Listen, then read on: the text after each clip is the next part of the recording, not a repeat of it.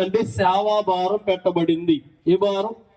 ఈ సేవాభారం పెట్టబడితే వారట వృద్ధాప్యం వచ్చేంత వరకు దేవునికి నమ్మకంగా సేవ చేశారట.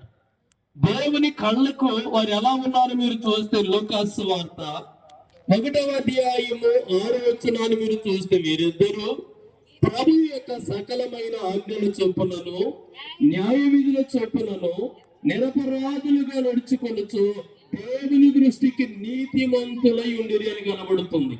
దేవుని బిడ్డలారా, దేవుని ఆజ్ఞలన్నీ పాటించారట, దేవుని న్యాయ విధులన్నీ నెరవేర్చారట, ప్రభు దృష్టికి ఏమయ్యారట? నీతిమంతులుగా కనబడుతున్నారు. ఓసారి మీరు ప్రభు దృష్టి అనే దాన్ని చూస్తే దేవుని బిడ్డారా, కీర్తనలు 90వ కీర్తన 8వ వచనములో ఒక మాట కనబడుతూ ఉంటది. కీర్తనలు 90వ కీర్తన 8వ వచనాన్ని మీరు చూస్తే, మా దోషమును నీ ఎదుట నుంచుకొని ఉన్నావు, నీ ముఖ కాంతిలో మా రహస్య పాపములు కనబడతాయట. దేవుని బిడ్డారా, కొన్ని పాపాలు అందరికి కనబడతాయి, కొన్ని కనబడు. ఈ రహస్య పాపాలు కూడా ఎవరి ఎదుట కనబడతాయి?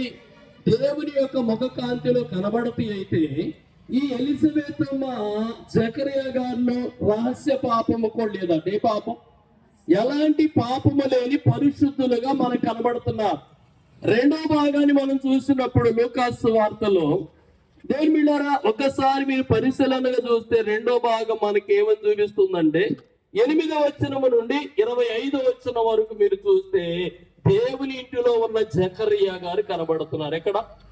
దేవుని ఇంటిలో దేవాలయంలోనికి వెళ్ళి తను దేవునికి ధూపం వేసే వంతొచ్చినప్పుడు తన క్రమము చొప్పున ఎక్కడికి వెళ్ళాడట?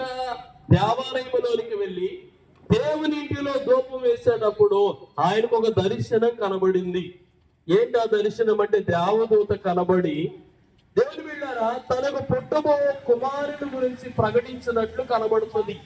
దేవుని బిడ్డారా, దేవుని ఇంటిలోనేమో జకరియా ఉన్నాడు.